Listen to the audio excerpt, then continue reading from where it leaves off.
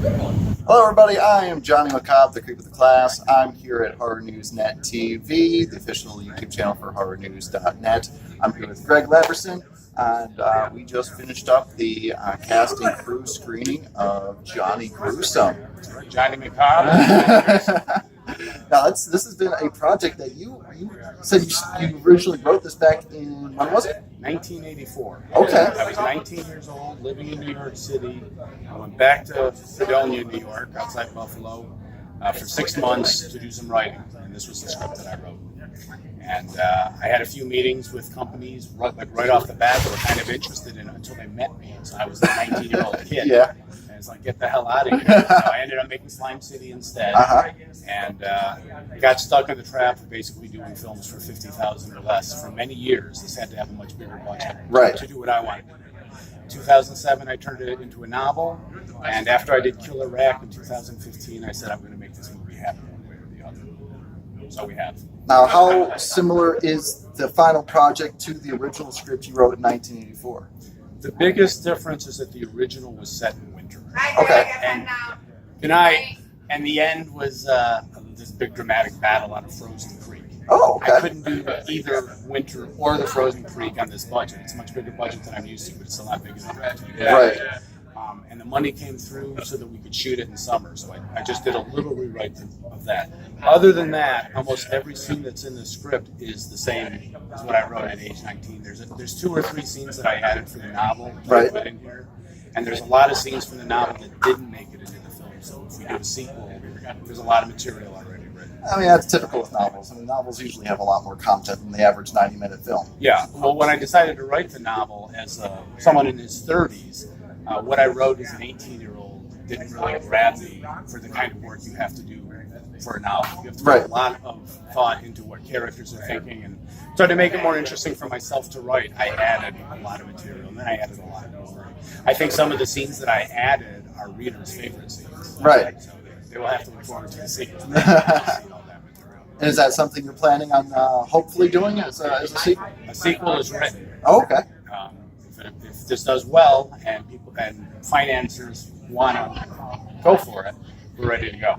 Fantastic. And when would you, everything works in your favor, when would you try to do that? I'm guessing that this will be out in the fall. The distributor hasn't told me. So I can't imagine it happening until a year from the winter coming up. Okay. Because the sequel would be set in the winter. So you would finally do... Okay, very cool, very cool. All right. Well, so I mean, this is a huge thing for you, finally getting this done. What else do you have in the works right now? Right now, I'm developing a project with Richard Cheesemar. Okay. And Richard Cheesemar is a publisher and an author himself, and he asked me to adapt one of his books in the screenplay, which I did. And we're trying to put together some financing right now with Jonathan Sheck, who's the lead actor. He's a good friend of his.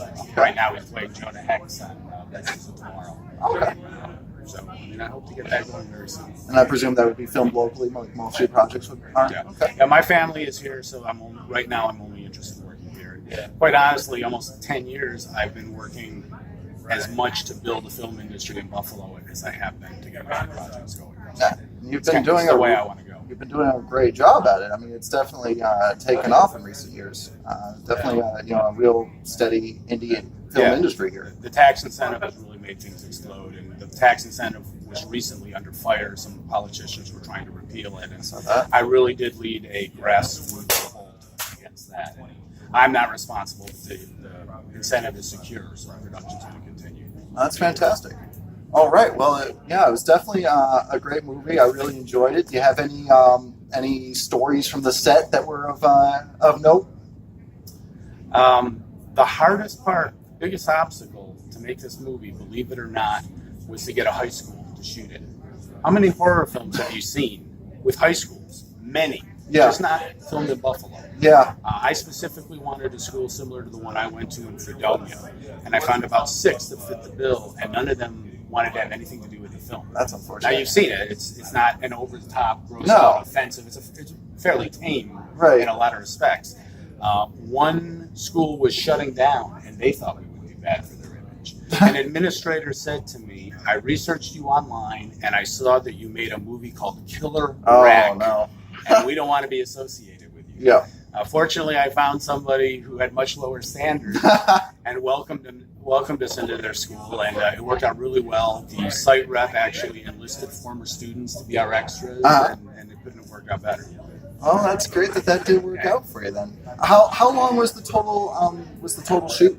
18 days, Okay. because I had a few SAG actors. They were 12-hour days. There was no chance of doing a 15-hour Right. day.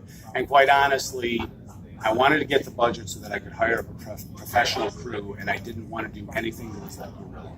I wanted to, for once, just do things the way it's supposed to be done. Right. Shoot for 12 hours, maybe an hour to pack up, and people get almost a 12-hour turnaround. And you know, bouncing around from so many different locations. We were in the park where the bridge is and the creek. That was 3 long nights. Yeah. You know, we were walking around. That's the same bridge that they use in Marshall. Oh, okay. And there was a snapping turtle down in that water. So me and Sam Qualiano, the guy who made Snow Shark, he was my assistant director. We went in the water ahead of the actors. We were like beating the water with sticks and stuff to make sure we scared the turtle away before the actors came in. Yeah. Probably a good idea. Speaking of the SAG actors, the gentleman you got to play Johnny, what was his name again? Johnny Gruesome is played by Anthony Della Torre, Right. who played the young version of Jack Sparrow, Johnny Depp's character in the last Pirates of the Caribbean. And he plays the drummer Hellhammer in the upcoming movie Lords of Chaos, about the original black metal scene. So his career is going, and we got him at a good time. Yeah. How did he get involved with the I project? placed an casting ad. He responded. I looked him up, and I saw a bunch of music videos he did that were fantastic. I woke my wife up at 4 a.m. She's a co-producer. And I said, "You've got to see this." And we both said, "This is the guy. We got to have him." Is that the type of music he's involved with, like metal type stuff? It's hard rock, a little more poppy than heavy metal. Oh, okay. And he toured with the Fell, which was Bobby Sheehan's band. He was their lead singer for a year while they were on tour. So, Huh. Yeah, because he definitely has that look. Yeah. Yeah. He's the real deal. Okay. Well, very cool. Well, thank you very much for taking the time to do the interview. Great job with the movie. Thank you. I mean, I'm sure that's mission accomplished there finally. Thanks. Yeah, it's sort of off my back now. Yeah. Not only was it something I wanted to do for years, but it's something that's been hanging over my head, and I just kind of had to get it out of my Right. system. I completely understand that. You finally did it. Came out great. Thank you. So before I let you go, is there anything else you would like to tell the viewers? Keep your eyes tuned for Johnny Gruesome. Please check it out. Support it so that we can do a sequel. I'd like to see this character go and go and go. All right. Very good. Thank you very much. Thanks for coming. Great job. Thank you.